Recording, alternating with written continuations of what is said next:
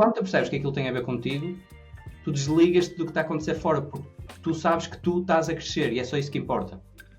Na mesma, uma coisa que se calhar as pessoas não sabem sobre mim é que eu sou uma pessoa que eu, com o passar dos anos, nos últimos 15 anos mais ou menos, cada vez fui estando mais confortável com as minhas emoções, porque o que eu aprendi quando comecei a jogar póquer era que um bom profissional não tinha emoções. Como é que achas que tu conseguiste sair deste ciclo de vitimização, principalmente no contexto de jogador de póquer, que obviamente há a questão de variância que pode não ser tão Tu estás a fazer. linear como a maioria dos trabalhos, digamos. Olá a todos, o meu nome é Mafalda e este é o podcast Super-Us. Aqui vou falar de saúde, seja comida, exercício físico, sono ou tudo o que te possa ajudar a ser a tua versão super. O objetivo da Super-Us é conseguir criar uma comunidade de outliers, pessoas fora do normal, pessoas que querem estar constantemente a melhorar e que não se contentem com estar bem, mas querem estar ótimas, pessoas que não têm medo de lutar pelos objetivos e pessoas que querem ser super. Olá, eu sou a Mafalda, sou a Ellen Performance Coach. Sejam muito bem-vindos a mais um podcast de Super-Us. Hoje temos o prazer de ter connosco Jorge Abreu, mais conhecido por Jorginho. Jorginho é um jogador de póquer há cerca de 17 anos. Não sei se sabias, tive que estar a fazer contas. É um amante de natureza, de desafios. Provavelmente come mais mangas e bananas do que todos os nossos ouvintes juntos. Experienciou várias mudanças ao longo da sua vida, seja a nível de dieta, seja a mesma parte do bem-estar mental, bem-estar emocional, e continua de certa forma a explorar e a tentar encontrar o melhor de si. Foste uma das pessoas que eu mais tive dificuldade em fazer esta apresentação geral, porque acho que para a maioria das pessoas é muito difícil, ou quase ninguém se define como a profissão que tem, mas no teu caso acho que estaria muito, muito incompleto se eu te apresentasse só como jogador de póquer. Então foi um bocado difícil fazer esta apresentação inicial e arranjar uma forma, digamos, de definir. E mesmo assim acho que está muito incompleta. Por isso acho que seria uma boa forma de começar e uma boa pergunta inicial de quem é o Jorginho. Eu acho que o facto de estás a dizer isso, levo isso como um elogio, porque se tu dissesse aqui, olha, daqui Jorginho é jogador de póquer, eu digo, eu ficava meio aborrecido, né? Certo. Não, e eu sinto que a vida é uma coisa tão complexa e se a vida é complexa, nós somos complexos. E se chegasse aqui e conseguisse dizer, ou pelo menos fazer um resumo de quem eu sou em 10 segundos, ou estava muito incompleto, ou eu estava muito incompleto, não é? E Sim. não, eu sinto isso, sinto que gosto mesmo muito de explorar todo tipo de temas, todo tipo não, mas muitos temas, e sim, acho que tem muito a ver com o meu, como tu disseste, com o meu amor pela natureza, e a natureza é uma coisa muito complexa, envolve tudo que tem a ver com dieta, exercício físico, comunidade, todas essas coisas têm a ver com a natureza, né? E sim, eu sou uma pessoa que tem muito, acho que um espírito jovem e tento um bocado fugir àquilo que é ser adulto e ser sério.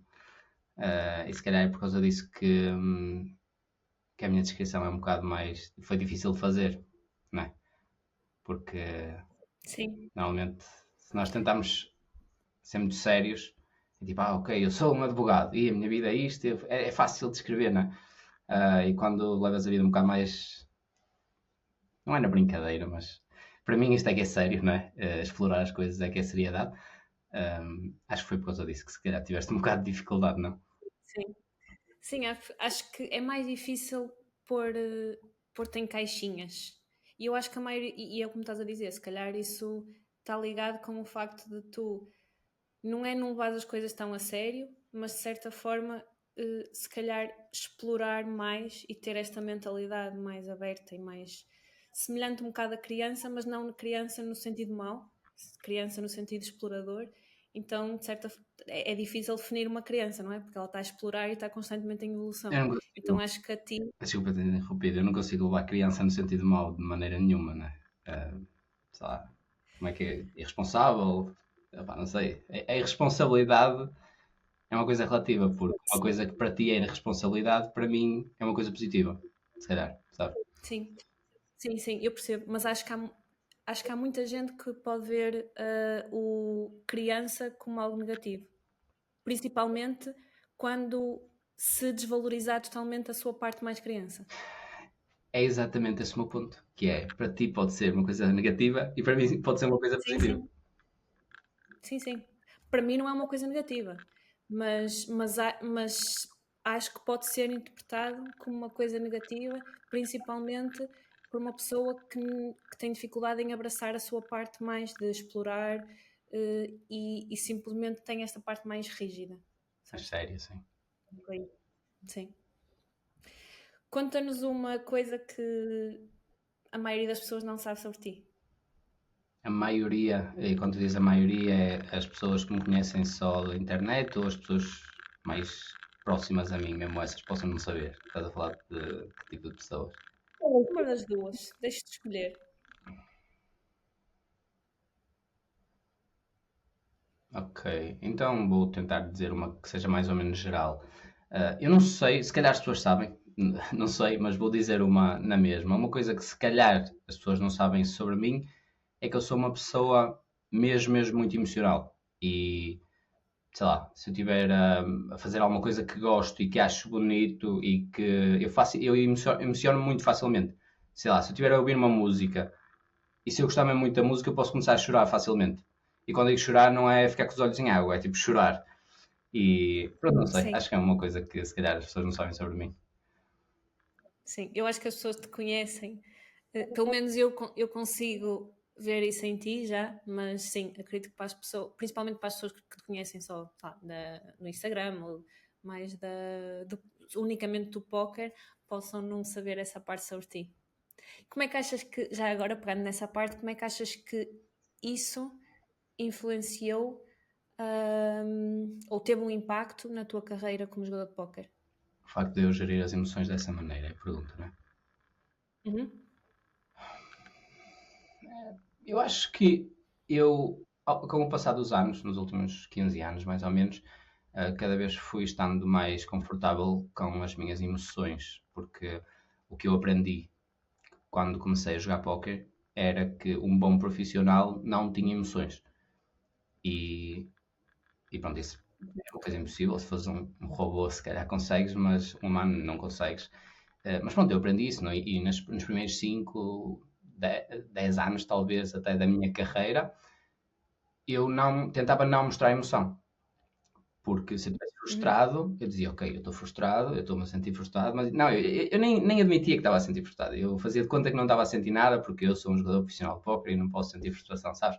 Então, em relação ao trabalho, a forma como eu lidava com emoções era muito assim, era se calhar entrar em negação, dizer, não estou a sentir nada, Certo. sabes? E estar sério, continuar a tentar estar o mais sério possível no trabalho. E depois, com algumas mudanças que eu fui fazendo na minha vida, e fui-me apercebendo que isso não fazia muito sentido e que comecei a sentir que a forma de expressar, a forma de processar uma emoção é expressar a emoção. E, Uhum. e era uma coisa que eu antes não olhava para as coisas dessa forma. Então, quando comecei a perceber que me ajudava quando se eu estivesse frustrado, se eu fizesse ou se eu estivesse contente, se eu fizesse ou se eu tivesse frustrado, se eu tivesse, sei lá, outra emoção qualquer que possa ter a ver com o póquer. É muito frustrado e contente e sei lá, essas duas, por exemplo. Eu Essas agora, são as duas principais. por exemplo, e a respiração, que é uma coisa que está muito ligada às emoções, não é? Eu expresso muito Uhum. isso, porque imagina que eu agora conto, sei lá, uma piada e tu queres te rir, mas não te rires porque tu és sério e não te podes rir. O que é que vai acontecer? Vai-te apetecer rir ainda mais, não é? Eu acho que é o que acontece com as emoções, não é? Imagina que eu estou frustrado e tento não estar frustrado. Eu acho que vou ficar ainda mais frustrado. Então agora a Certo. forma como eu olho para as coisas é assim. Então se eu estiver frustrado, porque eu sou uma pessoa e eu admito que eu estou frustrado muitas vezes quando estou a trabalhar, o que acontece é que eu simplesmente faço pronto, e tipo, eu não deixo que a frustração, eu não alimento a minha frustração, não é? Eu não digo.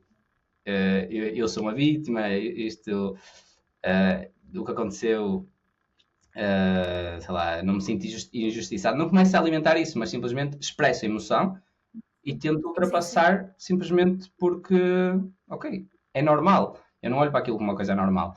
Então, eu nos últimos anos tenho vindo a fazer mesmo muito isso, de simplesmente expressar as emoções e perceber que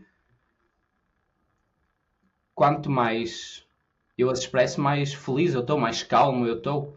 Foi à conclusão que eu cheguei, porque eu reparei mesmo muito que quando eu estava bem emocionalmente, quando eu estava, sei lá, centrado, não sei que palavra que eu hei de usar em relação a isso, mas quando eu estava bem, quando eu estava calmo, eu estava feliz. E depois, se eu não estivesse feliz, era por causa de alguma coisa. Ou era por causa de uma preocupação, era por causa de uma emoção qualquer que tem a ver com uma preocupação ou algo assim. E eu comecei a olhar para as coisas muito dessa forma, em que eu tenho a capacidade de estar bem se eu ultrapassar isto. E então agora eu tenho mesmo muito essa vontade sempre, essa necessidade de processar as emoções o mais rápido possível. Porque para chegar àquele Sim. ponto em que estou bem, sabes? Sim, eu acho, por acaso, o exemplo que tu deste de se nós não olharmos para a emoção, por exemplo, disseste no caso da frustração, se nós não olharmos para a frustração cresce, é como, eu já fiz essa analogia no outro podcast, que é como se fosse uma criança, se tu não ligares se uma criança estiver a gritar, e se nós não ligarmos essa criança, provavelmente o que vai acontecer, essa criança vai gritar cada vez mais alto. E as emoções são um bocado por aí. Claro que não queremos passar do ignorar as emoções para o ficar presos às emoções, mas queremos perceber como é que, como estás a dizer, como é que podemos, de certa forma eu também vejo a emoção como se fosse uma energia e nós temos que direcionar essa energia para algum lado. Por exemplo, estás a dizer de suspirar. É uma forma de direcionar essa energia para algo como suspirar. Porque senão a energia simplesmente vai ficar presa e vai cada vez aumentar se nós não olharmos para ela. Sim, E a forma como eu olho para isso até é, eu acho que a forma de processar uma emoção tem a ver com a tua forma de respirar, como estás a respirar e como estás a mexer o teu corpo. Só que cada emoção tem uma forma diferente de respirar e uma forma diferente de mover o corpo, não é? A frustração é, se calhar, começar a respirar mais shallow, mais superficialmente, superficialmente, não é? digamos. E ficar tenso no corpo, não é? Enquanto que se calhar rir, eu inspiro fundo e solto o ar e fico relaxado no corpo. Então, a forma de processar diferentes emoções é processada de forma diferente na respiração e no corpo. E nós temos mesmo que fazer isso na respiração e no corpo, mover o corpo de uma certa forma e respirar de uma certa forma para processar cada emoção. E se nós não fizermos aquilo, eu acho que não foi uma coisa que eu estudei, eu não vou estar aqui a fazer de conta que percebo muito sobre isso, mas eu acho que há estudos sobre como é que as emoções ficam presas nos nossos músculos. Eu acho que o nome em inglês é peptides,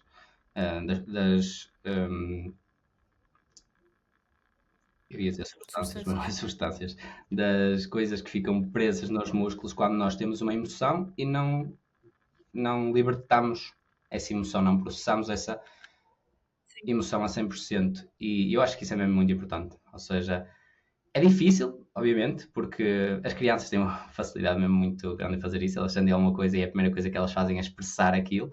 Pronto, nós às vezes sentimos-nos um bocado dentro de uma caixa e dizemos, eu não posso fazer isso, eu não posso respirar desta maneira, ou eu não me posso mover desta maneira porque parece mal, ou ninguém faz isto.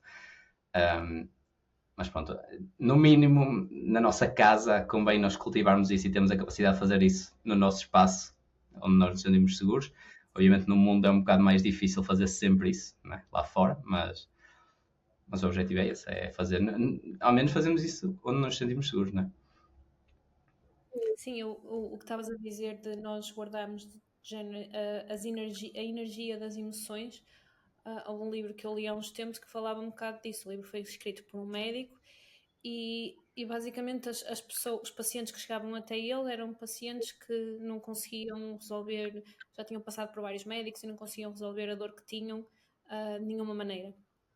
E o que ele percebeu com esses pacientes é que as dores que eles tinham, que era em várias partes do corpo, era basicamente a forma que o corpo tinha arranjado de desviar a atenção de uma emoção demasiado forte. Basicamente o paciente não conseguia lidar com essa emoção e o corpo, para não ter que lidar com essa emoção que era muito forte, arranjou uma dor para distrair o corpo e a mente e para se focar nessa dor física, digamos. Pronto, e a forma como esses pacientes que deixaram de ter dor foi enfrentar a emoção, basicamente. Uma coisa que acontece muito comigo é estar em situações em que é suposto eu estar relaxado, porque tenho tudo para estar relaxado, e eu reparo que não estou relaxado. Sabe, estou tenso nas pernas ou nas costas ou assim. Eu penso, porquê é que eu estou tenso? Não preciso estar tenso. Eu acho que isso tem muito a ver, lá está, com as emoções, e as emoções de onde é que elas vêm? Vêm muito das nossas crenças, às vezes, não é? Nós tivemos crenças, às vezes subconscientes, nós nem percebemos que elas estão lá, e nós vemos insegurança numa coisa que é segura, nós vamos ficar tensos e nem vamos estar nem nos vamos a perceber que estamos tensos, não é?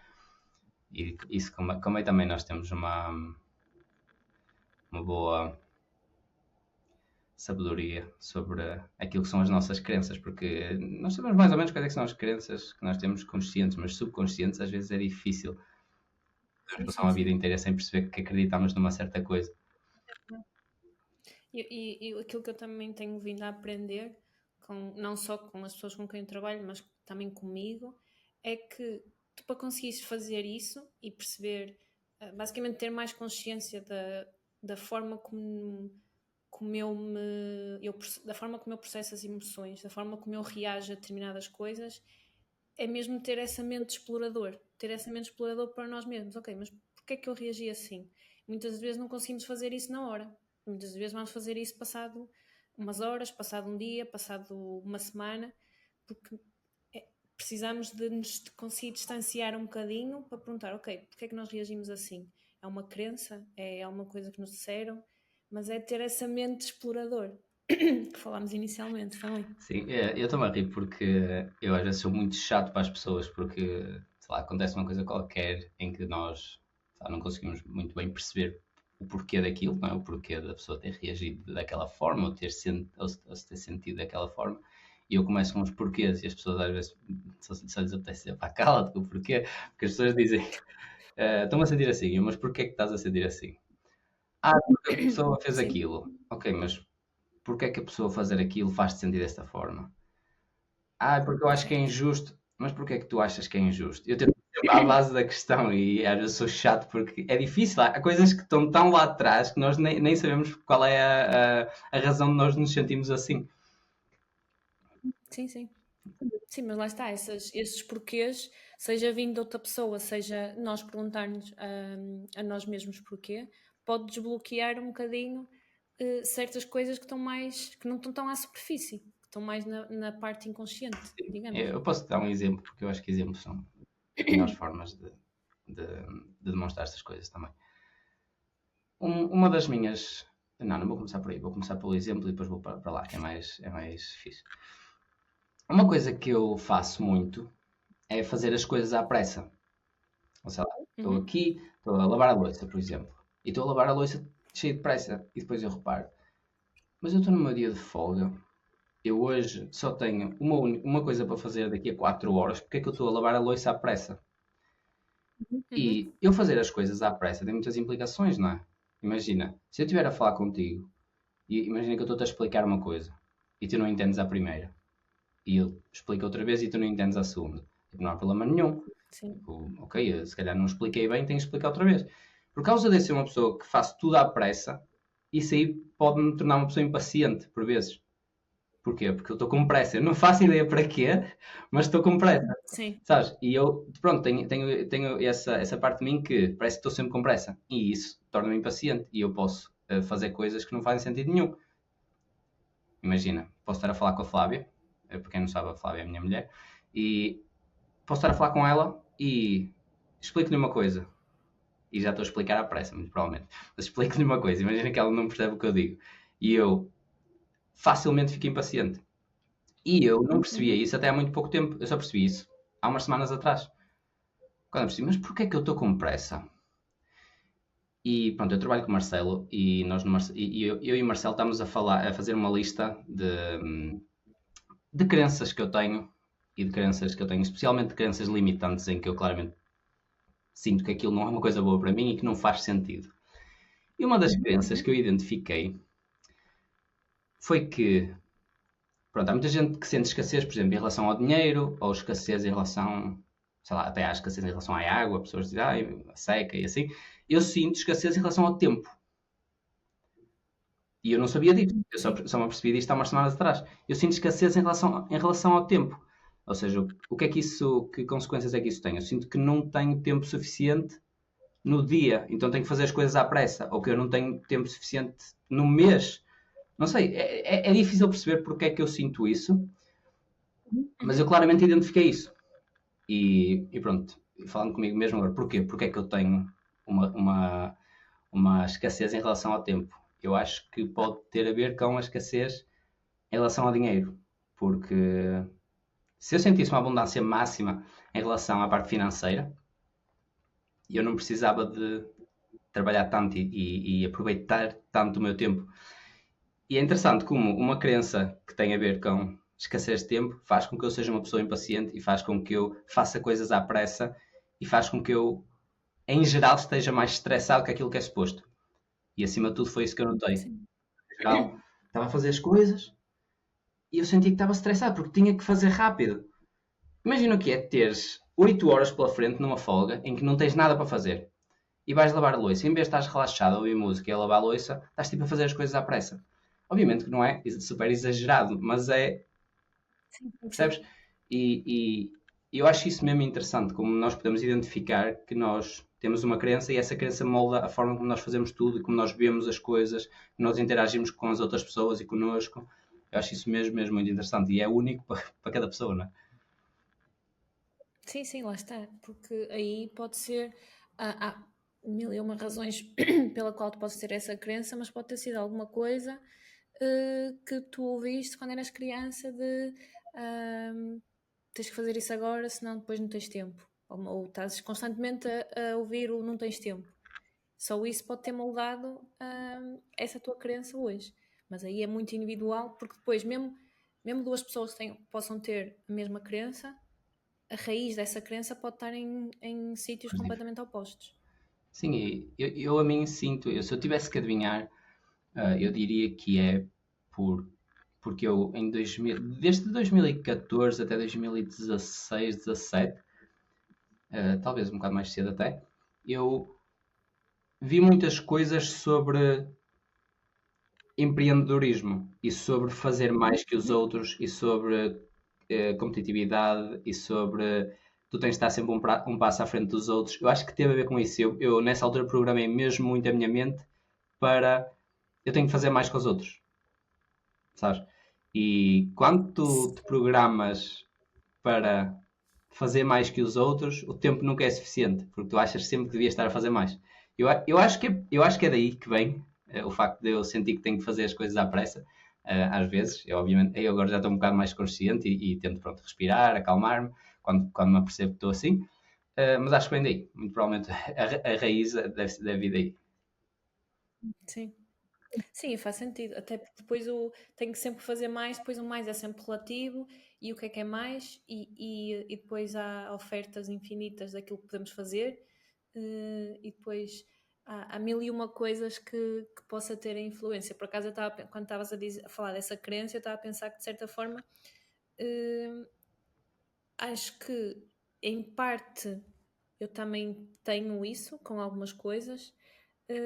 Eu acho que a minha é muito a ânsia de viver, a ânsia de fazer, quero fazer aquilo, quero fazer aquilo, quero fazer aquilo, que pode não ser propriamente o fazer no contexto de trabalho, mas é quero fazer isto, quero fazer isto. É aquele fear of missing out e aquele querer fazer tudo, não só no contexto de trabalho, mas também fora de trabalho, e que depois não faz sentido, porque eu estou a fazer as coisas à pressa porque quero fazer mais coisas. mas depois não estou a fazer as coisas porque estou a pensar na outra coisa a seguir. Então, pá, claramente é uma coisa que não serve de grande coisa. É exatamente isso. E é aí que entra o porquê, não é? Porquê é que nós estamos a fazer as coisas à pressa? E porquê é que eu quero fazer as coisas à pressa? Qual é o objetivo? Ok, eu quero fazer as coisas à pressa porque eu quero ser melhor que os outros. E quando digo melhor, tem a ver com competição numa área qualquer, não tem a ver com ser melhor do que ninguém, porque Sim. não acredito que Sim. sejam umas superiores às outras.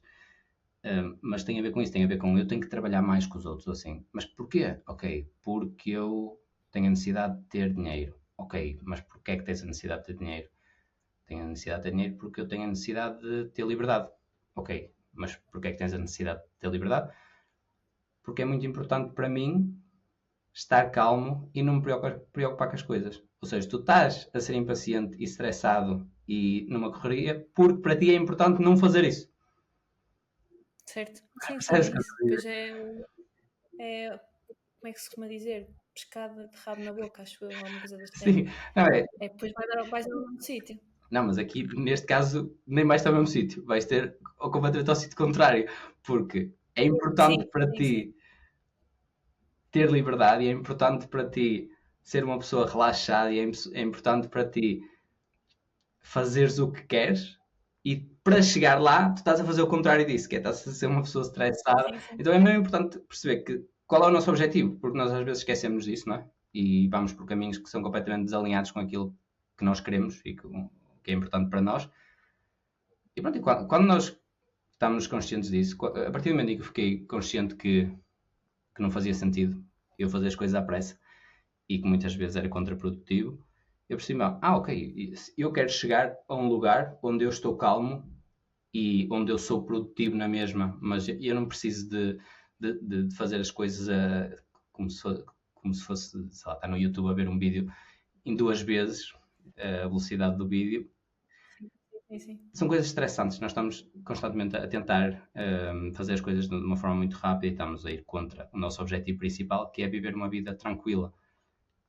E, ok, Sim. eu no futuro, deixa só acabar este pensamento, no futuro eu quero ser tranquilo e feliz, mas eu no presente não o sou porque eu estou a trabalhar para aquilo, e isso aí é uma ilusão, porque o futuro nunca vai chegar. Nós vivemos sempre no presente, e se eu no presente sou uma pessoa em que sou impaciente, em que sou estressada, em que estou a correr, eu no futuro não vou ser uma pessoa calma, eu no futuro vou ser o que sou hoje.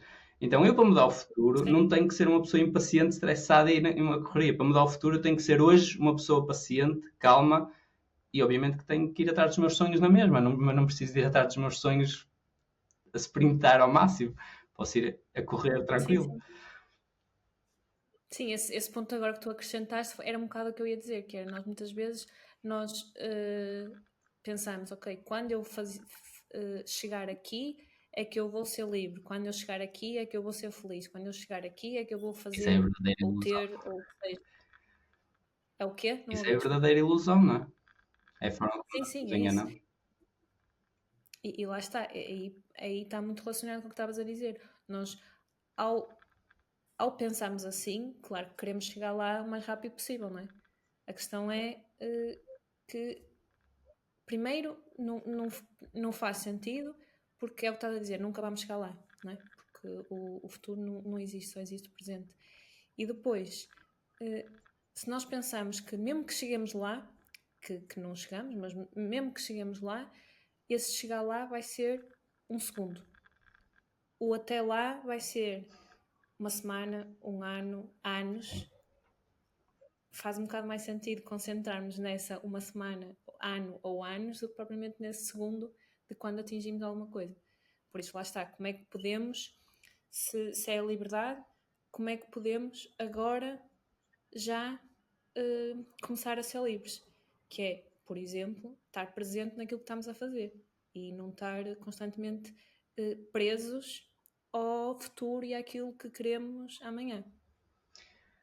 Sim, 100%. E obviamente que é fácil falar, é fácil dizer, ok, só temos que estar presentes. Estar presente deve ser a coisa mais difícil da vida. Estar verdadeiramente presente e estás calmo no momento, não é? Mas aí é que entra esse trabalho todo de perceber porque é que eu não consigo estar calmo. Há alguma coisa no mundo que, será que é um perigo neste momento que faz com que eu não possa estar relaxado? Ou será que há alguma coisa dentro das minhas crenças, dentro do meu sistema de crenças que faz com que eu não possa estar relaxado? É muito provável que seja uma coisa dentro do nosso sistema de crenças. Obviamente que há pessoas que vivem em lugares em que realmente não são seguros e essas pessoas vão estar constantemente mais apreensivas, mas em geral a maior parte das pessoas vive em lugares que são bastante seguros e que pode relaxar, mas a maior parte das pessoas não está relaxada, não é? Então tem muito a ver com a informação que nós consumimos no passado e essa informação muitas vezes é consumida por nós próprios, somos nós próprios a alimentar-nos, não é? Então, se nós consumimos essa informação e que nos fez começar a pensar de uma certa forma, também somos nós os responsáveis por mudar a forma como vemos as coisas e por realmente percebermos, ok, porque é que eu me estou a sentir assim, e identificar isso, e depois de identificar, mudar. A partir do momento que estás consciente, consegues mudar alguma coisa. Quando não estás consciente, não tens hipótese, não é? Sim, é isso. Sim, o primeiro passo é sempre a questão da consciência, porque se tu não souberes o porquê de estás a fazer determinada coisa, tu vais simplesmente fazer da mesma forma como fizeste ontem, e anteontem, e antes de anteontem, porque é a maneira que tu conheces. Se tu, para conseguires mudar essa forma, que a maioria das coisas que nós estamos aqui a falar até são feitas de forma inconsciente, esse tipo de crenças afetam-nos nas nossas ações de forma inconsciente. Isto é, nós, para conseguirmos pôr a bola de neve a rodar no sentido oposto, o primeiro passo é sempre perceber e fazer essas questões de criança, que é os porquê. Porquê é que estamos a fazer assim? Porquê é que reagimos daquela forma? Porquê é que interpretamos aquela determinada situação desta forma? Porque há sempre várias maneiras de interpretar a mesma coisa. Por acaso, quando estava a preparar este podcast, estava a ver um vídeo, um mini podcast que tu fizeste há uns, acho que foi há 4 anos, que tu fizeste quando estavas no EPT de Barcelona, lembras-te? Não, podcast. Pronto, Mas ok, sim. Mas foi um vídeo que tu fizeste com a Anabela, e uma das coisas que tu disseste... Okay. Sim, uma entrevista. Não foi um podcast, uma entrevista. E uma das coisas que tu disseste foi que... Ai não, esta parte aqui não foi nada nessa entrevista. Foi num vídeo que tu fizeste e que tens no teu Instagram quando estavas a fazer tipo um diário dos W-Coops ou dos Scoops. Em que estavas a dizer que uma das coisas que foi importante para ti foi perceber sair do ciclo de vitimização e começar a tentar ver o lado positivo das coisas e não ver sempre nesta perspectiva de vitimização, que também está muito ligado com determinadas crenças, experiências que passamos ao longo dos tempos. E foi uma das coisas que tu disseste que foi muito importante para ti, ou que estava a ser muito importante naquela fase específica que estavas a passar, de sair deste ciclo de vitimização. É engraçado que estavas a dizer que em 2018 eu pensar, não tenho muito interesse pelo que eu disse em 2018 porque provavelmente não vou relacionar com aquilo, mas eu acho que isso é uma coisa boa, é bom sentir que pensamos de forma diferente e que crescemos de uma maneira ou de outra e olhar para trás e perceber que se calhar não estamos iguais, isso parece uma coisa positiva. Mas sim, acho que vitimização ou vitimismo, não sei como é que se diz, acho que é uma coisa mesmo muito comum e que às vezes está mascarado de uma forma que nós nem percebemos que é vitimismo, não é?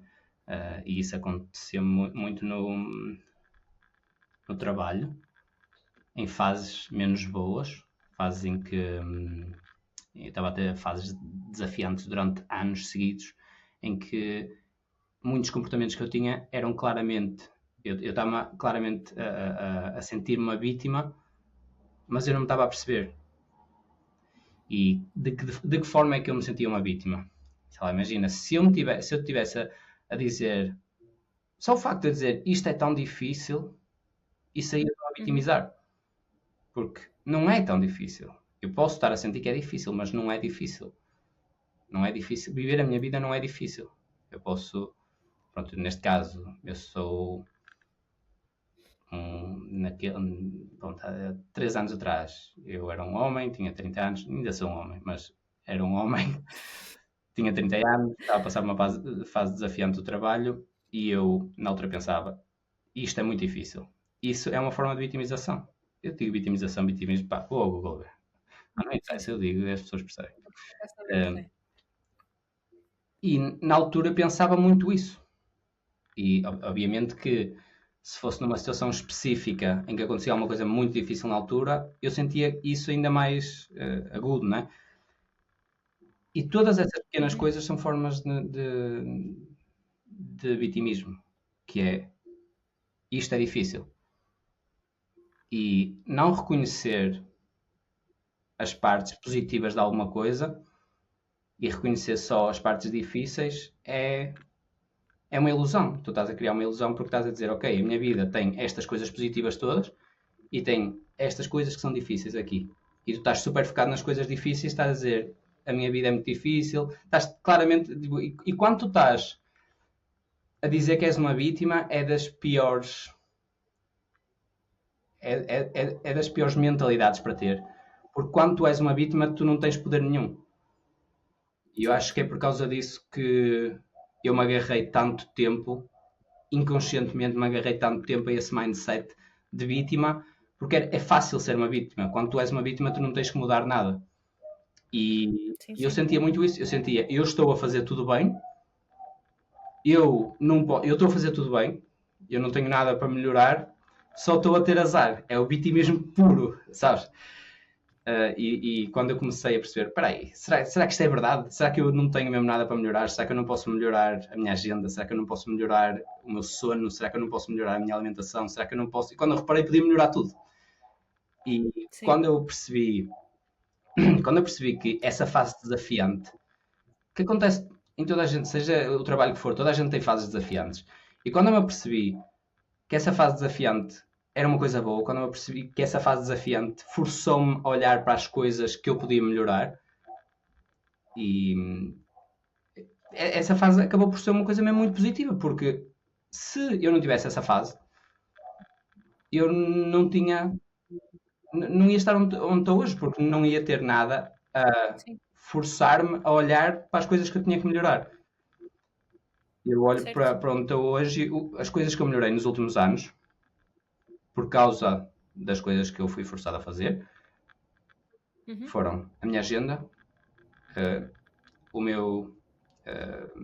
minha disciplina em relação ao exercício físico, a minha dieta, a parte social.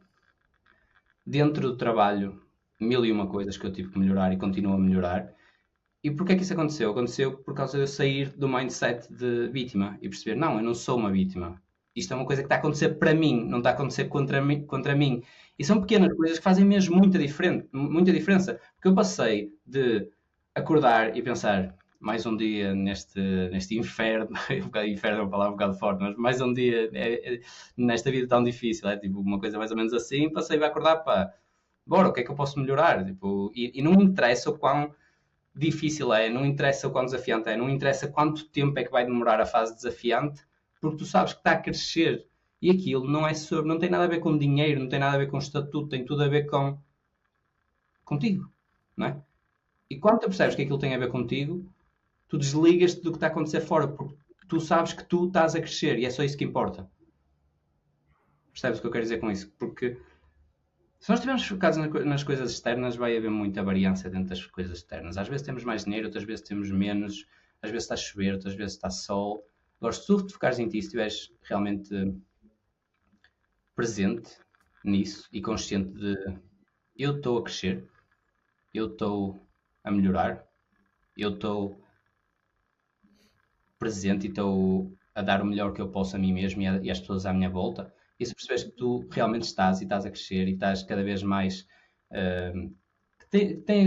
há muita intenção por trás de tudo o que estás a fazer, é isso que importa. O que é que interessa se tu ganhas mais dinheiro amanhã em comparação com hoje? O que é que interessa se tu compras uma casa e a casa é maior do que a casa que tinha. Tipo, isso não interessa para nada.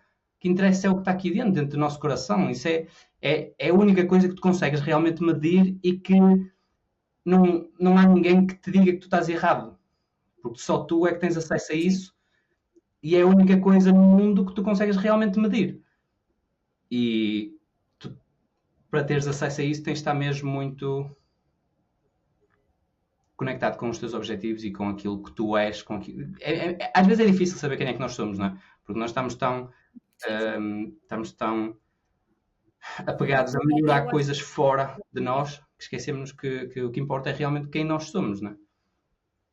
Sim, eu acho que aquilo que acontece é se nós não temos por exemplo, essas métricas, digamos, que estás a dizer, de perceber como é que nós estamos, se nós não definimos essas coisas para nós, a sociedade vai definir quais são as métricas que nos medem a nós, porque se nós não definimos para nós, a sociedade vai definir, e a sociedade vai definir questões, como estavas a dizer, de dinheiro, seja de tamanho da tua casa, seja a marca do teu carro, seja o que for. Seja o quão morena está a tua pele, seja o quão bonito está o teu cabelo ou não, seja se as tuas roupas estão bem engomadas ou não. Há mil e uma coisas que as pessoas medem-se por essas coisas, mas isso não és tu, nada dessas coisas és tu. O que tu és é aquilo que tu sentes quando fechas os olhos e sentes o que está dentro de ti. Isso é o que tu és. Não é nada destas coisas exteriores, né? Mas nós apegamos mesmo muito a estas coisas exteriores. Né? Sim. Mas aí uma pergunta que me lembrei quando estavas a falar agora da parte de sair, digamos, do ciclo de vitimização. Uma das coisas que... Como é que achas que tu conseguiste sair deste ciclo de vitimização, principalmente no contexto de jogador de póquer, que obviamente há a questão de variância que pode não ser tão aquilo que estás a fazer. Linear como a maioria dos trabalhos, digamos. E depois, antes de, se calhar também para introduzir um bocado para as pessoas que não sabem desta fase que tu passaste, podes-nos falar também um bocadinho qual é que foi a tua maior downswing, não necessariamente a nível de valor, mas a nível de tempo, que acho que até é mais importante do que se calhar a nível de valor, porque valor vai ser muito subjetivo, não é? Mas a nível de tempo acho que é mais... as pessoas conseguem se relacionar mais. Então, pronto, eu jogo póquer e dentro do póquer eu jogo torneios e nos torneios pode haver muita variância, pode estar um mês em que jogas e estás a jogar bem e és um jogador ganhador, mas estás a perder durante um mês inteiro, pode acontecer. E eu tive uma fase que foi desde o início de 2021, do início mais ou menos de abril de 2021, durante mais de 2 anos em que eu comecei a perder e tive mais de 2 anos a perder e demorei mais de 2 anos depois a voltar a recuperar o que eu tive a perder durante 2 anos. E 2 anos é mesmo muito tempo. Assim, falar não parece muito, mas enquanto estás a passar por ela, nunca mais passa. E pronto, começas a questionar tudo, não é? Começas a questionar, será que eu não sou bom o suficiente? Será que eu estou a fazer alguma coisa mal? Será que eu tenho que mudar isto? Será que eu já não sei? Será que o facto de eu estar emocionalmente afetado, será que faz com que eu não consiga? Começas a questionar tudo. E tu tinhas duas questões. Qual era a primeira? Pronto, a primeira já me respondeste, é a nível de temporal, quanto tempo é que foi essa downswing? A outra questão é, durante esta fase, primeiro, a questão da vitimização, como é que conseguiste sair do ciclo? Como é que eu me percebi e como é que eu saí dela, basicamente? Sim. Então, eu demorei bastante a perceber-me, assim, a consciência de alguma coisa bem em partes, não é? Tu podes demorar uma semana a perceber-te e demoras 2 anos a mudar. Então, uma coisa é perceber, outra coisa é realmente perceber-me muito bem ao ponto de mudar. Eu percebi-me, ainda demorei um bocado, deve ter demorado para aí 1 ano a perceber-me realmente que estava no lugar da vítima e que estava a pensar isto é tão difícil, eu tenho tanto azar, começar a entrar por esses pensamentos. Acho que demorei pelo menos 1 ano a perceber-me disso. Uhum. E depois, até estar num ponto em que eu me apercebi, em que eu realmente mudei o meu mindset para completamente o contrário. Porque qual é o contrário de uma vítima? É tu a perceberes que aquilo é uma bênção para ti. E são dois extremos opostos que não vais de um para o outro de um dia para o outro, sabe? Às vezes pode acontecer, mas é difícil. E eu, pronto, demorei 1 ano a perceber-me que estava aqui, deste lado, na vítima, e para ir para o outro lado, para perceber que aquilo era uma bênção, demorei para ir mais 1 ano. Mas foi mesmo muito poderoso. A partir do momento em que eu senti que estava deste lado, a minha parte emocional mudou completamente, não é? Tipo, passei a acordar e a ser uma pessoa feliz. Passei, tipo, independentemente do que estava acontecendo no trabalho, porque eu não sou o meu trabalho, às vezes achamos que somos, mas não somos, não é? Sim. E pronto, e depois o facto de eu estar mais feliz, estar mais relaxado, o facto de estar mais relaxado, se calhar conseguia performar um bocadinho melhor, e pronto, e depois a bola de neve vai para o outro lado, como te disseste há um bocado, não é? Sim, sim. E o que é que achas que... às vezes é mais fácil olhar achas que mudou mesmo? o que é que influenciou quando olhamos para trás, porque quando estamos na situação, às vezes, ok, vamos mudando um bocadinho, mas agora olhando para trás, o que é que achas que foi as principais coisas que ou fizeste, ou te disseram, ou que mudaste, que teve impacto a passar de um lado para o outro? Eu não me lembro o que é que fez reconhecer que eu estava no lugar da vítima. Mas provavelmente foi o facto de eu estar tão diferente do que eu era normalmente que aquilo deu-me um contraste muito grande. Eu percebi-me, não, eu não sou assim, isto não é verdade, sabes? O facto de eu estar constantemente a dizer. Porque eu lembro que antes de eu ter essa fase em quase toda a minha carreira de póquer, eu sempre pensei, eu sou uma pessoa mesmo muito sortuda. Pensava isso naturalmente, sei lá, estava a trabalhar e pensava isso. E sei lá, estava numa situação em que tanto podia ganhar como perder, e antes daquilo acontecer, a primeira coisa que eu pensava é: pronto, vou ganhar, porque eu ganho sempre. Eu sempre tive esse mindset, sabes? E depois, na fase desafiante, o meu mindset mudou e eu comecei a pensar: mas espera, isto é verdade, eu sou uma pessoa azarada, isto que eu estou a pensar é verdade. E claramente eu percebi que não, aquilo não é verdade. E isso foi o que me fez a perceber que eu estava no lugar da vítima, quando eu comecei a mudar os meus pensamentos e comecei a pensar como uma vítima. Isso aí, pronto, claramente reconheci.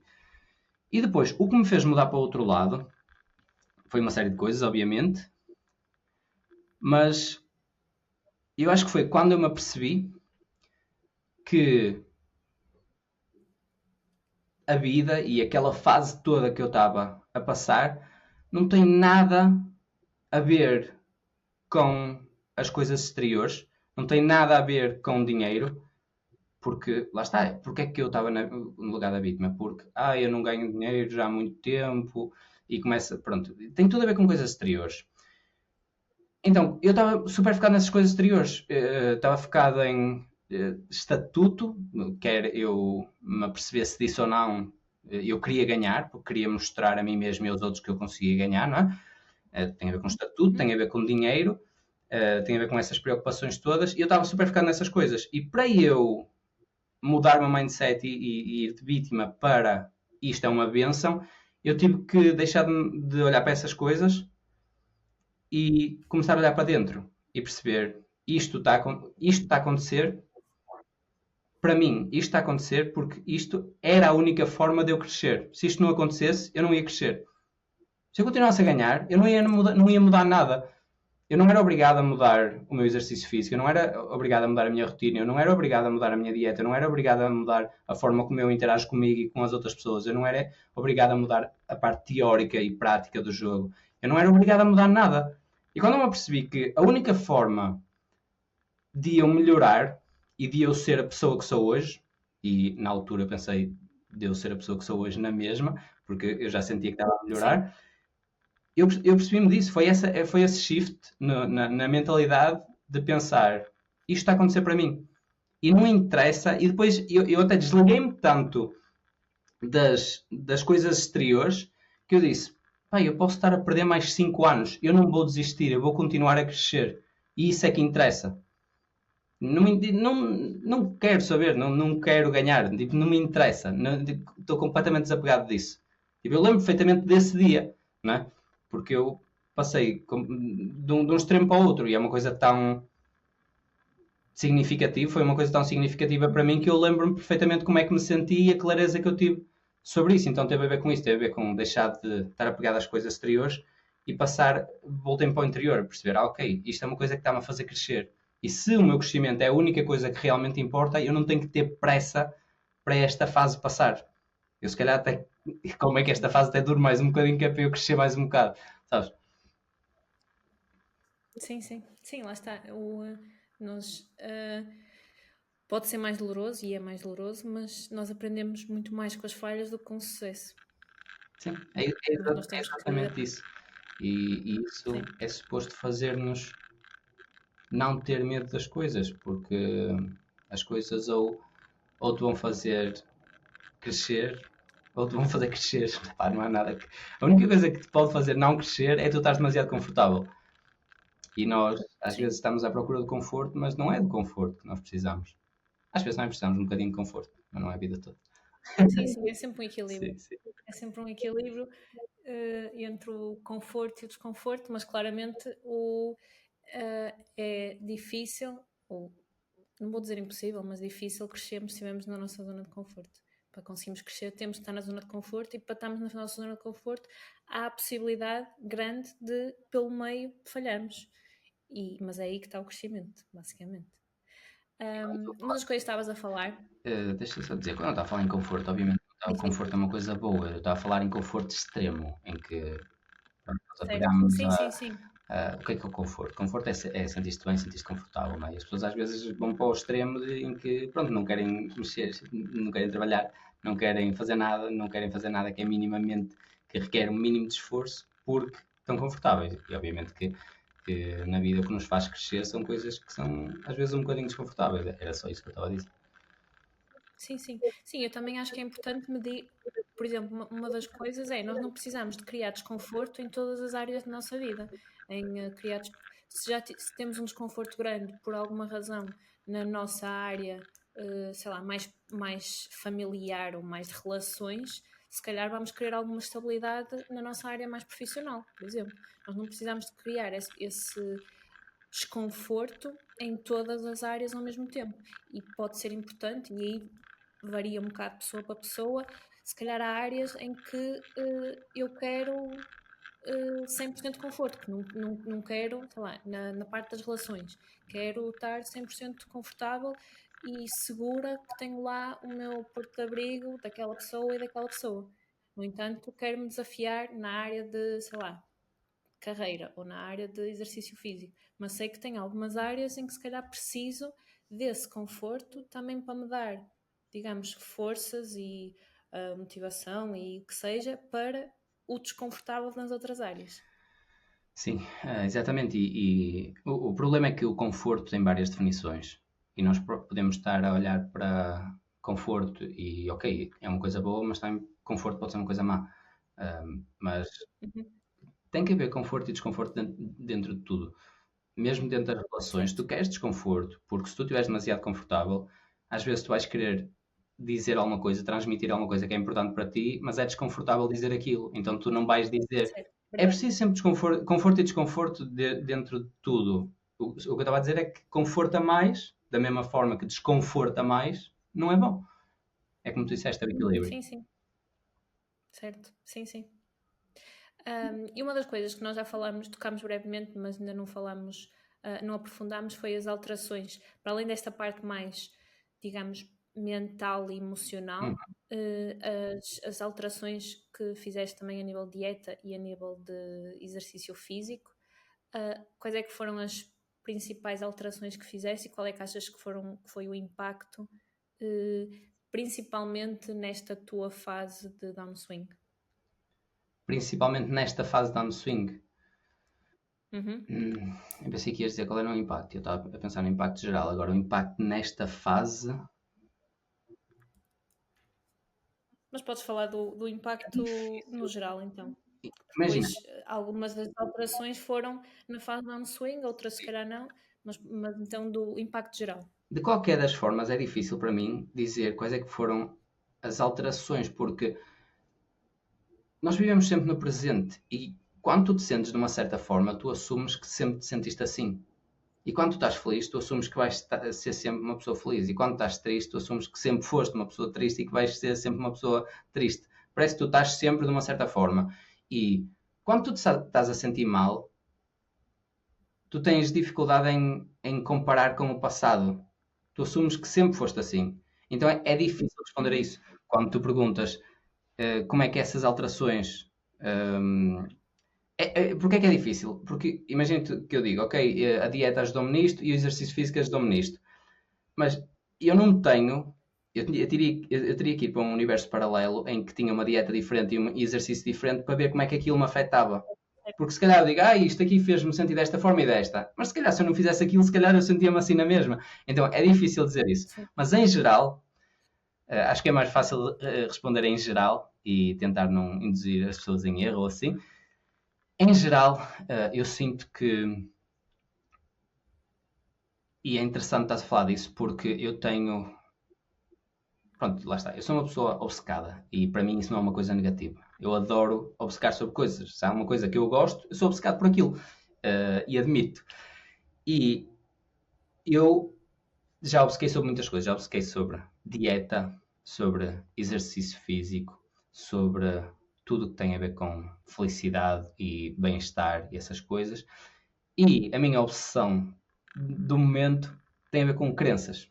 E tem a ver como é que as crenças, como é que aquilo que nós acreditamos e os pensamentos que nós temos e que às vezes nem estamos conscientes deles, como é que eles moldam a nossa vida e o nosso bem-estar, como é que eles mexem com o nosso bem-estar e com a nossa felicidade.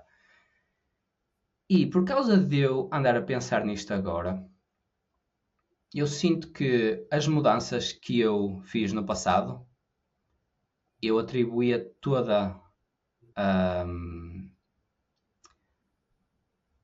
qual é o contrário de culpa? Eu atribuía o facto daquilo ser positivo. Eu tenho mesmo que aprender a falar português, que eu só sei falar inglês. Imagina, eu atribuía as partes positivas da mudança na dieta, por exemplo, 100% à dieta. Imagina que eu ficava mais feliz, ou ficava com mais energia, ou ficava mais presente, Sim. ou ficava, sei lá, qualquer coisa que acontecesse positivo, eu dizia, é por causa da mudança na dieta. Certo. Eu agora olho para trás e eu penso, pode não ter sido só a dieta. O que é que a dieta fez? Na altura, em 2017, eu mudei mesmo muito a minha dieta e passei de ter uma dieta basicamente normal, não é? Comum, para uma dieta à base de frutas, em que pronto, eu excluí praticamente tudo o que são comidas processadas e coisas assim. E nessa mudança eu vi mesmo muito, vi a mudança mais extrema que eu vi até agora na minha vida, em que senti-me, foi tão diferente, e quem me conhece sabe que eu na altura não falava mais nada, né? Assim, também como é que eu haveria de falar de outra coisa na altura, mas não me culpo por isso. Sim.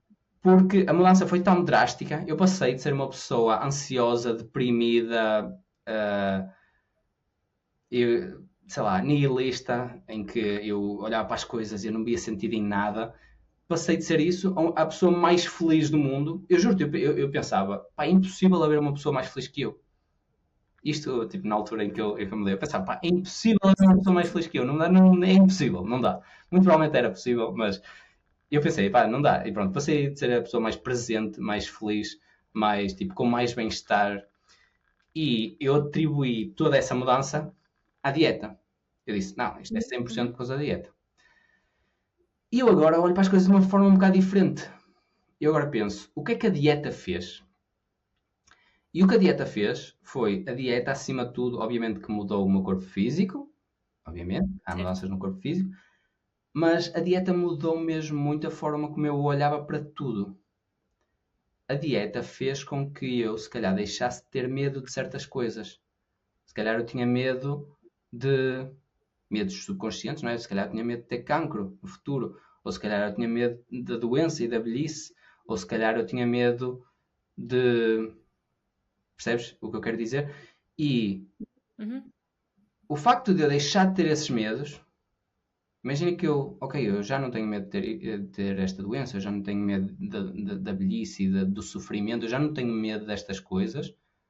Só isso aí é só um pequeno exemplo, não é? de coisas que mudaram. só isso faz com Sim. que tu fiques muito mais presente, só isso faz com que tu fiques muito mais. Sim, vais sentir muito mais bem-estar, vais estar muito mais feliz. Então eu agora olho mesmo muito para as crenças. Eu acho que obviamente que é uma mistura de tudo.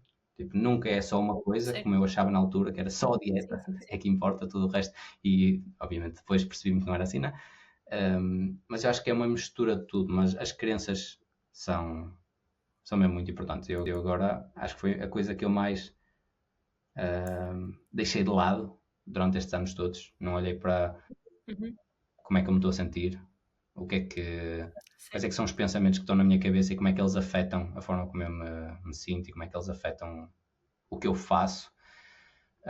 E, e pronto, acho que é uma coisa mesmo muito interessante, mesmo muito complexa, muito mais complexa que a dieta. Porque às vezes nós achamos Sim, que sim. estamos conscientes e não estamos. Sim, eu até porque acho que, imagina, se tu acreditares que é 100% da dieta, lá está, tu se calhar neste momento já, olhando para trás, já percebes que não, pode não ter sido só da dieta, mas na altura, como houve alguma coisa que te fez inicialmente dizer é da dieta, tu depois, qualquer coisa, tu vais estar focado nisso e vais exponenciar esse sentimento, porque Sim, estás focado eu acho que naquilo. há uma expressão em inglês, não sei como é que é em português, mas é uma coisa de género. Uh, Só tens um martelo, tudo para ti é um prego. Acho que é uma coisa desse género. Ah, sim, sim, sim. Eu não sei se é bem assim, É uma mas eu coisa desse conheço a expressão. género. Mas acho que é assim, por acaso. Mas é uma coisa desse género, que é, Sim, se a sim. única ferramenta que tu tens é a dieta e olhas para as coisas e tudo, tu olhas para tudo pelo prisma da dieta. Então, se tu vês, Sim. se a única ferramenta que tu tens é essa, tu vais olhar para alguém que, sei lá, que aquela pessoa está mal, ok, o que é que ela comeu?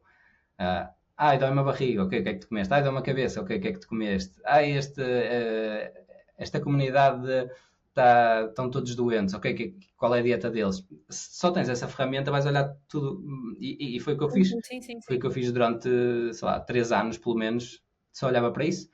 Um, e, e pronto, não sei, Sim. é bom olhar para trás e obviamente que eu não me arrependo de nada, mas é bom olhar para trás e perceber que eu olho para as coisas de uma maneira um bocado diferente agora. Sim. A expressão é, para quem só sabe usar martelo, todo problema é um prego. É isso. É a expressão. E imagina, eu acho que faz todo sentido o que estás a dizer. Eu acho que também não é irmos para o extremo em que a alimentação não conta, obviamente, não Sim. é? Mas, e que acho que muita gente, eu lembro perfeitamente que houve uma vez que estava num almoço de família e o meu irmão disse que pá, lhe ia lá uma coisa, já não me lembro muito bem o que Sim. era, e a minha questão foi como é que dormiste? E eu acho que muitas vezes nós esquecemos de olhar. Pode acontecer o extremo que estás a dizer de focarmos só numa Uhum. coisa, que é no teu caso foi a questão da Sim. alimentação, e depois há outro extremo em que não nos focamos em nada, que é, sei lá, se não temos sucesso na carreira, é porque não temos sucesso na carreira. Se calhar não temos sucesso na carreira porque não estamos a tratar de nós, seja a nível de sono, seja a nível de alimentação, seja a nível de exercício físico, seja a nível do que for. Por isso acho que não é o, na minha opinião, é multifatorial e não é o extremo de, ok, só alimentação ou só sono ou só o que seja, mas também não é o se a carreira é se a carreira está a correr mal é porque não estamos a fazer determinada parte Sim. técnica, mas pode haver tudo o resto que está a influenciar. É, Por isso aqui é o equilíbrio entre, entre as coisas e não olhar só para uma coisa, basicamente. Lá está, voltando à questão inicial, que era ter esta mente explorador e não estarmos só focados numa coisa. sim, é. Não há mesmo, não há volta a dar. O bem-estar é uma coisa holística, em que tu podes estar só Sim, focado numa coisa e aquilo vai-te dar resultados, mas é uma coisa mesmo muito complexa. sim. mas de certa forma não tem que ser. Vai sempre ser um pouco complexa, mas de certa forma há simplificações. Queria fazer uma pausa neste vídeo para te falar do meu programa Super, o meu programa de Health and Performance Coach. São 6 sessões individuais ao longo de 10 semanas. Vamos definir quem tu queres ser, quais os teus objetivos e o que é que tens que fazer para lá chegar. Vamos perceber como é que podes melhorar o teu bem-estar físico, mental, emocional e espiritual para alcançares a tua melhor versão. Se tiveres alguma dúvida, podes consultar superas.pt/produtos. Podes ainda enviar e-mail para mafala.superas@gmail.com ou então enviar uma mensagem para as redes sociais. E há uma coisa que o Marcelo diz. Marcelo é o meu mental coach, para quem não sabe. E o Marcelo diz uma coisa que, muito provavelmente, ele estudou, não deve ter sido ele a inventar, mas ele diz que é 20% das coisas que tu fazes dão-te 80% dos resultados. O que é que isso quer dizer? Quer dizer que nós não precisamos de fazer a dieta a 100% tudo direitinho para termos resultados. Precisamos é de ter a base bem sólida e perceber, ok, o que é que não faz sentido comer e excluir essas coisas, e depois, dentro do que faz sentido comer, ter liberdade e ter uma variedade dentro disso. Dentro do exercício físico, o que é esse 20%? Ok, 20% é perceber, ok, eu vou fazer exercício físico 3 vezes por semana, 4 vezes por semana. Ok, não interessa se faço meia hora ou 1 hora e meia, não interessa se é no ginásio, se é em casa a fazer flexões e a fazer outras coisas. Obviamente que, pronto, depois há complexidade dentro de cada tema, mas dentro de todos estes temas há sempre uma simplificação em que nós podemos usar. Obviamente que eu não sou uma pessoa de simplificações. Eu gosto de simplificar, mas antes eu gosto de perceber aquilo a fundo e depois é que gosto de simplificar a seguir. Sim, essa dos 20-80, essa é a regra chamada regra do Pareto. Sim, é isso. Em que basicamente isso originalmente acho que foi alguém em Itália que percebeu que 80% da produção, eu acho que era de tomates, vinha de 20% de uma área, ou vinha 20% de alguma coisa. Sim. Basicamente isso é chamada a regra de Pareto. Sim. E é procurar, ok, qual é as coisas que produzem mais resultados. A primeira mínima ação que podes fazer para te dar o máximo de output, digamos. É isso que é. E aqui, obviamente, é diferente de pessoa para pessoa e não precisamos de querer fazer tudo ao mesmo tempo. Qual é a coisa mais importante para fazer? Foca-te nela. Não vale a pena te queres resolver tudo ao mesmo tempo. Não exatamente isso, é usar simplificações, que é dentro da dieta, uma pessoa que quer mudar e quer melhorar e quer ter uma dieta mais saudável, em vez de pensar e de obcecar em todos os ingredientes e ler todas as listas de ingredientes e estudar de onde é que vem este ingrediente e estudar de onde é que vem isto, onde é que vem aquilo e perceber qual é o efeito deste ingrediente no corpo e estudar toda a química do corpo, como é que ela interage com os ingredientes, em vez de fazer isso, simplesmente perceber, ok, qual é a minha dieta, qual é a parte não negociável da dieta que claramente não me está a fazer bem. Toda a gente sabe isso, toda a gente sabe o que é que está a fazer que muito provavelmente não devia estar a fazer ou que devia estar a fazer menos vezes. E os 20% vão ser isso, vão ser esse julgamento que a pessoa tem sobre a dieta e perceber claramente eu tenho que mudar esta parte e esta parte e esta parte, e se eu fizer isso, eu vou ter uma base sólida.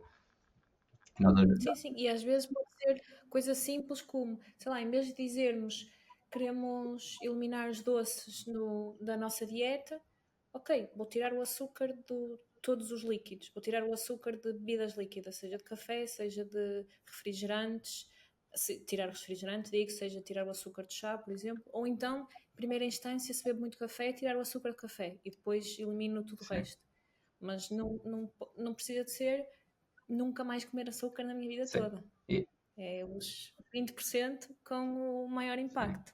Obviamente, se for uma pessoa, se calhar, que bebe, sei lá, um café e 10 chás, se calhar aí os 20% vão ser os chás, não é?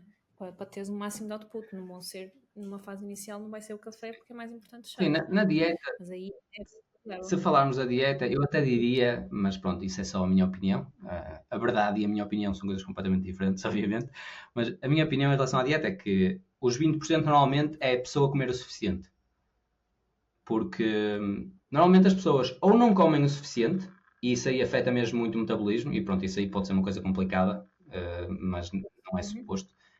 Nós temos um metabolismo, e se nós não estamos a dar ao corpo aquilo que ele precisa, o nosso metabolismo vai baixar e vai entrar em modo de sobrevivência porque nós não estamos a comer o suficiente. Então, o que é que pode acontecer? Podemos começar a acumular mais gordura. Isso aconteceu comigo no passado, em que eu estava a comer muito menos que aquilo que o meu metabolismo precisava, ou precisa, e por causa disso o meu corpo, o metabolismo baixou e eu comecei a ganhar gordura. E depois, não fiz nada, simplesmente voltei a comer mais e voltei ao meu normal. E que é meio contraintuitivo. E eu acho que isso é uma das coisas que... Mas aí estás a dizer comer o suficiente a nível de calorias ou a nível de Estou a falar de calorias. especificamente nutrientes? Estou a falar de calorias e obviamente de nutrientes por trás das calorias. Mas o meu ponto é, os 20% normalmente é as pessoas comerem o suficiente e as pessoas ou vão para este lado, e era aí que eu ia chegar, ou vão para o lado de comer menos porque acham que têm que comer menos para perder peso, e não é assim que funciona. Pode acontecer na primeira semana, mas depois não vai acontecer. Então nós temos que perceber qual é o nosso metabolismo e comer aquilo. E normalmente, se nós comemos o que nos apetece, de coisas não processadas, nós vamos bater no nosso metabolismo, porque o corpo é inteligente e ele pede sempre aquilo que precisa. E porquê é que há o outro extremo, que é pessoas comerem muito mais que aquilo que precisam? Aí é que entram as comidas processadas e estimulantes. Aí nós estamos, de certa forma, a enganar o corpo, porque o corpo só precisa de, sei lá, 3.000 calorias, ou 2.000, e nós estamos a dar 4.000. Porquê? Porque estamos a comer coisas que são altamente estimulantes, são quase como uma droga, não é? E aí o corpo não consegue dizer para parar, porque aquilo é demasiado estimulante. Então, nós ou estamos num lado em que não estamos a comer o suficiente, e aí o que temos de fazer é introduzir comidas naturais e comer o que nos apetece, ou do outro lado temos que eliminar as comidas processadas para o corpo. Sim. O que estavas a dizer do metabolismo desacelerar, não me lembro como é que chama o programa, mas há um programa nos Estados Unidos. Biggest Loser, que é aqueles que... Biggest Loser, pronto. E basicamente o que eles fizeram foi acompanhar os participantes depois daquilo ter acabado. Os participantes depois, e foi isso, o que eles concluíram foi o que estavas a dizer, que é como a dieta e o exercício físico foi tão extremo na fase durante o concurso, o metabolismo deles desacelerou tanto que eles, mesmo comendo a mesma quantidade de calorias, eles estavam a engordar mais porque o metabolismo deles desacelerou, porque basicamente quando nós pensamos nas calorias que nós gastamos, a maioria não tem nada a ver com exercício físico. A maioria das calorias que nós gastamos tem a ver com o nosso metabolismo. Sim. E se nós estamos a tornar mais lentos, isto é, gastamos menos calorias, o principal bolo das nossas calorias, que é as calorias gastas de tudo aquilo que o nosso corpo precisa fazer para nós sobrevivermos, então nós vamos estar a diminuir a maior fatia das nossas calorias gastas. E então daí as dietas extremas não funcionarem, não só pela questão mental da coisa, é muito difícil tu não vais ter, podes ter uma motivação, a motivação numa fase inicial que mal acabas de definir o objetivo, mas se estiver extremo a nível vai ser muito difícil de conseguires fazer dessa dieta algo sustentável. E não só na parte mental, mas também na parte física e fisiológica do nosso corpo, não é a forma mais inteligente de emagrecer por causa do que estás a dizer da questão do metabolismo. Sim, eu sinto que as dietas, e quando estou a falar de dieta, estou a falar de mudar aquilo que é a nossa alimentação temporariamente. Pelo menos. Sim. É isso que eu estou-me a referir. É a noção mais geral que há da palavra dieta. Sim, pronto. Dieta, eu estou a fazer uma dieta. Eu não estou a falar da minha alimentação em geral, não. Quando as pessoas dizem eu estou em dieta, é isso que significa, não é? Elas mudaram aquilo que estão a comer temporariamente. E isso é uma coisa que não funciona. E é óbvio que não funciona. É óbvio que não funciona. Se funcionasse, ninguém era obeso, ninguém tinha mais peso que aquilo que é suposto, não é? Porquê? As dietas funcionam se calhar para performance. Para um lutador, se ele quiser se calhar perder peso assim muito rápido, esse tipo de coisas funcionam. Nós conseguimos a curto prazo alterar o peso e alterar o músculo e essas coisas. Agora, quando nós queremos usar a dieta para mudar o nosso peso, o que nós estamos a fazer é... E é literalmente... Eu não percebo como é que... É tão fácil entender que não faz sentido que... Claramente há uma falta de educação em relação a isso. Porque se as pessoas tivessem mais educação em relação a essa parte, era fácil entender que não funciona. Porquê? Porque quando nós fazemos uma dieta, o nosso corpo vai tender para um equilíbrio.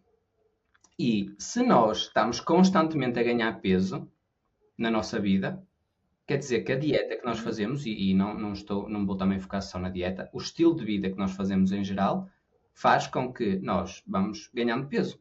Ok, então o que é que eu tenho que fazer? Se calhar tenho que olhar para a minha dieta, se calhar tenho que começar a fazer mais exercício físico, se calhar tenho que deixar de estar 12 horas em frente ao computador.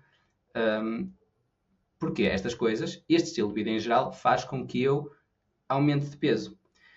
E qual é a solução que as pessoas tentam arranjar? Ok, eu vou mudar temporariamente o que eu estou a fazer. O que é que vai acontecer? Vou começar a comer menos e a fazer mais exercício. O que é que acontece? O corpo fica muito confuso, porque primeiro estamos a fazer mais exercício, o metabolismo é suposto subir, mas depois estamos a comer menos e o metabolismo é suposto descer. Então o corpo fica completamente desregulado e tu perdes algum peso durante algum tempo e depois andas cheio de fome, porque estás a gastar mais calorias que aquelas precisas, ou seja, isso claramente não é uma coisa sustentável. O corpo está a dizer, olha, dá-me comida e tu não estás a dar comida, isso claramente não é uma coisa sustentável. E depois estás a fazer essa dieta temporariamente, ou seja, o teu peso estava a subir e depois baixou um bocadinho por causa da dieta e tu, olha, agora já posso voltar ao que eu estava a fazer antes, que é, o meu peso vai continuar a subir gradualmente. Sim. É óbvio que isso não funciona. Então, o que é que funciona? O que funciona é tu mudares permanentemente e não temporariamente o que estás a fazer. Então tens que mudar. Sim. Ok, eu tenho que ser uma pessoa. Eu não vou fazer exercício 5 vezes por semana durante um mês e depois parar, ou durante 3 meses e depois parar, ou durante um ano e depois parar. Eu vou perceber o que é que eu consigo fazer, e pode ser 10 minutos de exercício por dia ao acordar. O que é que eu consigo fazer que eu consigo sustentar? E, ok, eu só consigo fazer exercício 2 vezes por semana. Ok, vamos fazer exercício 2 vezes por semana. Em relação à dieta, ok, o que é que eu consigo mudar na minha dieta que vai fazer com que eu tenha uma dieta mais saudável e provavelmente vai fazer com que o meu corpo comece a gravitar para o meu peso ideal? Ok, se calhar vou tirar estes ingredientes, vou deixar de os comprar. Ok, se calhar vou substituir isto por aquilo. Ou seja, soluções muito mais permanentes que vão fazer com que nós, em geral, tenhamos uma vida mais saudável. É óbvio que dietas temporárias não funcionam.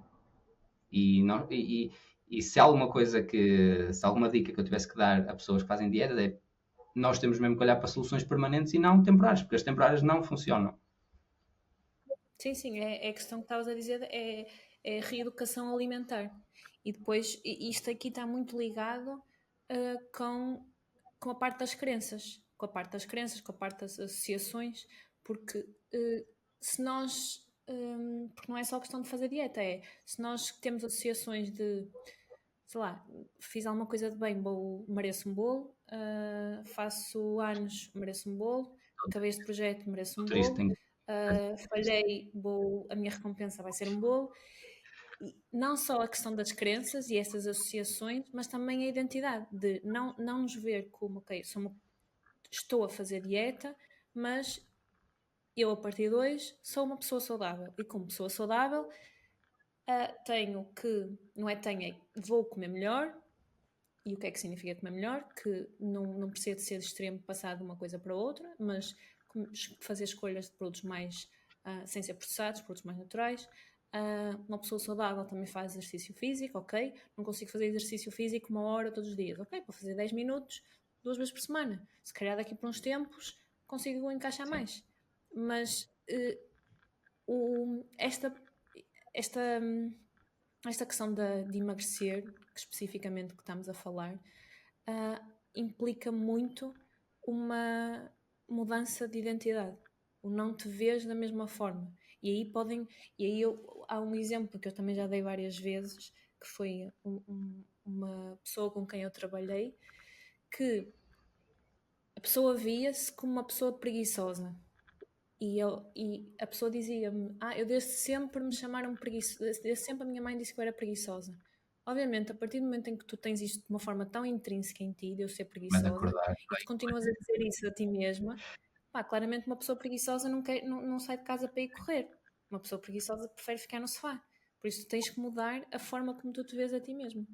E isso foi um dos grandes shifts que fizemos, porque e que essa pessoa começou a gostar de fazer exercício físico. inclusive identificar como uma pessoa atlética. Sim. Sim, porque desconstruímos essa identidade e esta crença que estava de certa forma a limitá-la. Sim. É mesmo muito importante nós percebermos essas coisas, percebemos porque é que eu faço isto. E há muitas coisas, como estás a dizer, em relação a muitas crenças que afetam a forma como nós olhamos para o nosso exercício físico, ou para o nosso corpo, ou mesmo para a alimentação. Por exemplo, uma coisa que é, de certa forma, considerada normal e que claramente é extremamente anormal e que não é muito saudável, é nós temos uma relação com a comida em que doseamos a nossa comida. Tipo, não há nenhum animal no mundo que doseie a comida. Todos os animais, eles têm o corpo, nós temos instintos. E, sei lá, imagina, se eu quiser fazer xixi, o meu corpo vai-me dizer assim, olha, estás com vontade de fazer xixi. E eu digo, eu sei. E eu vou ali e faço xixi. E faço xixi, eu não faço xixi só metade e digo, olha, vou fazer só metade de xixi agora. Não, eu faço xixi até não me apetecer fazer mais xixi e depois digo, estou bem. E depois eu não estou a pensar, olha, será que eu tenho que fazer xixi? Não. Eu espero e o corpo vai-me dizer, olha, tens que fazer xixi outra vez. E eu, ok, eu vou fazer xixi. Porquê eu estou a dizer isto? Certo. A alimentação é suposto ser igual. É suposto o corpo dizer, olha, bebe água. E tu, olha, estou com sede, vou beber água. E bebes água até não te apetecer mais. E depois, olha, estou com fome. E tu, não é hora de comer. Eu só como a partir do meio-dia. E nós começamos a interferir com o sistema, com os nossos instintos. Sim. E isso aqui é problemático. Eu percebo porque é que nós começámos a fazer isto. Nós começámos a fazer isto para nos proteger das comidas processadas. Porque as comidas processadas enganam-nos. E dizem-nos para comer, e nós não conseguimos parar. Então enganam o nosso instinto. Então, por causa das comidas processadas enganarem o nosso instinto, nós tivemos que nos proteger de alguma forma. E a forma como nós nos protegemos foi começar a não ouvir o que o corpo pede. Então a solução para isso é, nós temos mesmo que eliminar o máximo de comidas processadas possíveis. E quando eu digo máximo, é todas. Uma comida processada, uma comida que engana o teu corpo não é uma comida, na minha opinião. Então nós temos que ir para as comidas naturais e o corpo, quando nós estamos nas comidas naturais, o corpo nós vamos conseguir ouvir o corpo e vamos comer e comer e comer e comer e comer e o corpo diz, ok, claramente não me apetece mais. E tu, ok, maravilha. E depois esperas e passado um bocado tens fome outra vez. E dizes, ok, olha, tenho fome, vou comer. E é uma coisa muito positiva fazer isso, comer quando tens fome. E até é difícil perceber o que é não fazer isso. Porque se nós pensarmos o que é não ouvir o nosso instinto em relação ao sono, nós também fazemos isso. O corpo muitas vezes diz que tem sono e nós, não, ainda não é hora de ir dormir, espera aí que ainda tenho que trabalhar mais. Há muitos dos nossos instintos que nós não respeitamos e em relação à dieta é um dos grandes. Mas pronto, é fácil perceber porquê, mas é fácil, é bom também estar consciente disso, que é, para mudar, acho que é uma coisa muito boa, nós estamos conscientes disso. Sim, sem dúvida. E o que estavas a dizer de nós começamos a dosear porque porque há 1001 comidas processadas e que engana o nosso sistema de sentirmos fome ou de sentirmos cheios. E saciação, sim, exatamente. Mas também o facto de nós temos acesso constante a comida, Sim. que também não acontecia numa fase primordial, não acontecia, nós temos acesso constante à comida e mesmo, não só acesso constante, mas os estímulos que nós temos de televisão aparecer comida, de vais ao Instagram, sugere-te comida, vai não sei o quê, vais à rua e tem comida em todos os lados e cheira comida em todos os lados. Tem comida em todo lado. Sim. Isto é, não só o teres acesso, mas o estímulo constante que te dá em relação a isso. E então acho que a parte de eu vou dizer eliminar, mas pronto, numa primeira fase diminuir comida processada e depois o objetivo é eliminar comida processada, mas toda esta reeducação alimentar e este perceber de crenças que nós temos, não só a nível de, o exemplo que eu dei foi de ser preguiçosa, mas mesmo a nível de comida, que também há muito, de, sei lá, eu quando estou estressada preciso de comer. Não precisas, tu estás habituado a, mas é preciso uma desconstrução disso. E depois, claro que quando estamos a falar aqui de comida e depois ainda metemos lá no bolo o não dormimos bem, claramente vamos ter maior propensão para querer comida processada porque não dormimos bem. E o nosso corpo vê isso como um fator estressante. Sim, e é interessante estás a falar do dormir porque não foi uma das coisas que eu falei, mas pronto, eu falei muito em dieta, e falei em crenças e falei em exercício físico, mas para mim o sono é número um. Se eu tivesse que dizer qual destas coisas é que tu queres tratar muito bem nos próximos 6 meses, só podia tratar uma mesmo muito bem, eu dizia o sono, porque o sono a mim é a coisa que mais me faz sentir bem quando eu durmo bem e mais me faz sentir mal quando eu durmo ligeiramente mal. Então, tipo, para mim não há dúvida nenhuma. Tipo, o sono é a coisa mais importante na qual eu tenho que me focar se eu quero sentir-me bem. É a primeira, obviamente que depois há muitas outras. Claro, Acho que é importante sim. referir que para mim o sono, para mim, muito provavelmente para a maior parte das pessoas, há pessoas que conseguem dormir 6 horas por Eu acho dia que e eu não consigo mesmo. se tu vis agora, tipo, sei lá, médicos funcionais, ou se vires mesmo pessoas que trabalham em toda a área de alta performance, tu vês que a primeira questão que eles fazem é como é que estás a dormir? Porque efetivamente porque afeta tudo, basicamente. E depois afeta a tua parte emocional, afeta as escolhas alimentares que tu queres fazer, afeta a tua propensão para quereres ou não fazer exercício físico, afeta a tua performance no exercício físico, mesmo que tu vais fazer tendo dormido mal. Como afeta a tua parte emocional, vai afetar as tuas relações, vai ser uma bola de neve. Por isso, Sim, é sem dúvida, e eu concordo contigo, acho que é a coisa principal que deve servir sempre de base quando se quer ser mais feliz, mais realizado, para qualquer sim. objetivo, na prática. Pronto, e isso acontece para tudo, que é, nós temos essa hierarquia das coisas que são importantes para as coisas que são menos importantes. E, pronto, sei lá, fazer exercício é importante, mas se eu não fizer exercício durante 3 dias, eu muito provavelmente não vou ficar deprimido, muito provavelmente não vou deixar de ter energia, muito provavelmente, pronto, é uma coisa que é importante fazer exercício consistente, mas não é uma coisa essencial no dia, enquanto que para mim dormir é uma coisa essencial. Então, olhar para as coisas que são essenciais e perceber a importância que cada coisa tem é mesmo muito importante quando nós estamos, e eu olho para isso muito com um mindset de resolver problemas, porque quando nós temos um problema, convém mesmo olhar para as coisas mais importantes primeiro. Porque se alguém pensa, ok, eu não estou bem, eu não tenho energia, ou eu estou deprimido, ou eu estou ansioso, ou estou todas essas coisas, convém mesmo perceber, tu estás a dormir bem? Porquê? Porque são as coisas mais importantes que nós temos que olhar primeiro. Nós não vamos olhar, tu tens de começar a fazer exercício, tens de começar a correr. Não, vamos olhar para as coisas mais importantes primeiro, não é? Sim. Ou seja, para onde é que poderíamos olhar? Para o sono, na minha opinião, obviamente. As pessoas têm a hierarquia de uma forma diferente, mas para mim olhamos para o sono, olhamos para a dieta, olhamos para a parte social da pessoa, se ela está sozinha, se ela está a alimentar essa parte, olhamos para o propósito na vida da pessoa, como é que ela vê a vida, ela anda aí por andar ou ela tem interesse claramente nestas áreas e ela sente-se contente com a vida dela em geral. Pronto, todas essas coisas são as coisas mais importantes que nós temos de olhar para elas, em vez de olharmos para coisas que se calhar não importa tanto. E às vezes acontece isso de nós termos um problema e começamos a olhar para uma coisa que se calhar não tem nada a ver com a raiz do problema. É muito importante olhar para a base e depois temos a base e obviamente vamos para outras coisas. Não é? Sim. As últimas perguntas. O que é que fizeste que te deixa mais orgulhoso? E esta pergunta foi uma pergunta que eu te disse naquele vídeo que fizeste há 4 anos com a Anabela, que ela te fez.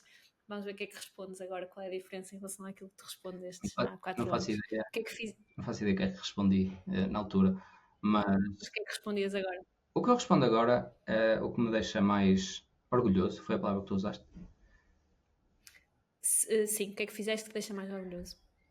O que me deixa mais orgulhoso é quando eu ultrapasso fases difíceis e quando essas fases difíceis me fazem crescer e me fazem perceber que eu achar que não era o suficiente era uma ilusão e eu consigo fazer as coisas, ou seja, fazer coisas difíceis dá esse senso de autoconfiança e quando eu faço coisas pelas outras pessoas e quando eu invisto tempo a pensar em coisas que eu posso fazer pelas outras pessoas, porque o tempo é finito e eu não digo isto de uma forma para estar apressado, como falámos no início, mas Sim. para olhar para o tempo como uma coisa muito valiosa.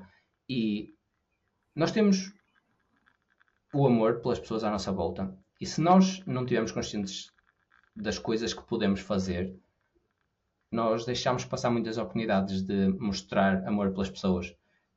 E acima de tudo eu tenho orgulho de estar presente e de aproveitar as oportunidades que eu tenho de mostrar o amor pelas pessoas, ou seja uma oportunidade de dizer alguma coisa, seja a oportunidade de estar presente com a pessoa, seja a oportunidade de escrever uma carta para alguém, todas essas coisas nós temos de estar conscientes, porque nós já sabemos que gostamos das pessoas, mas depois temos de estar conscientes que nós podemos fazer mais.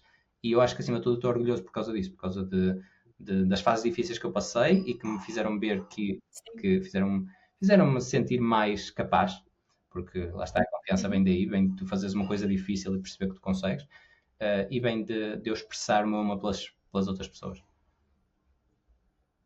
Quer saber o que respondeste há 4 anos atrás? Pode ser.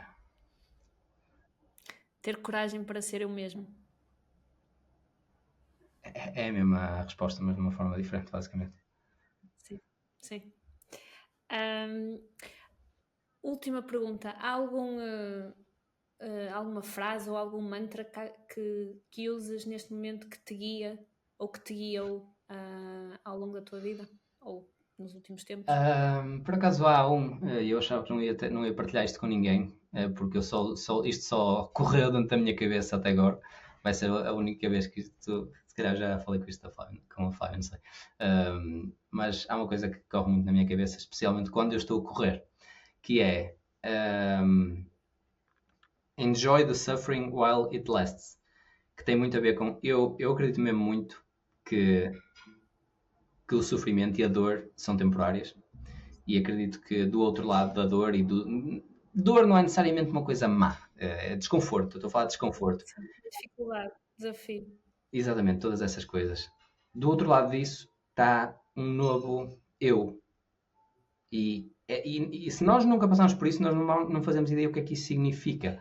Nós temos mesmo que passar pelo desafio uma vez e 2 vezes para perceber, eu depois de fazer o desafio, eu sou uma pessoa diferente, eu sinto-me diferente, sinto-me mais capaz, sinto-me mais confiante. E isso é mesmo muito, muito empoderador. E eu tenho então este mantra que é: aprecia o desafio enquanto ele dura, porque nós às vezes fugimos do desafio. E isso tem a ver com o trabalho, tem a ver com a corrida, tem a ver com qualquer coisa. O desafio é uma coisa muito boa porque faz-nos crescer e falámos disso em relação ao trabalho também, como o desafio fez-me crescer.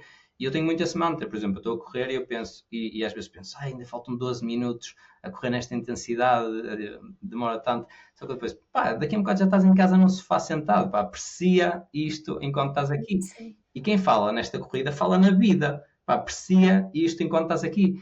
E o meu mantra é muito esse, aprecia o desafio, a dificuldade, a dor, enquanto estás a passar por ela, porque ela passa rápido e depois já tens o conforto logo a seguir. Muito obrigada, Jorginho, por teres aceito o convite para estar aqui connosco hoje. Gostei muito da nossa conversa, tenho a certeza que os nossos ouvintes também vão gostar. Não sei se há alguma coisa que gostarias de partilhar. Não, já partilhei muito, tenho que ir. Estou atrasado. Pronto. Muito obrigada, Jorginho. Foi um prazer. Tchau, igualmente.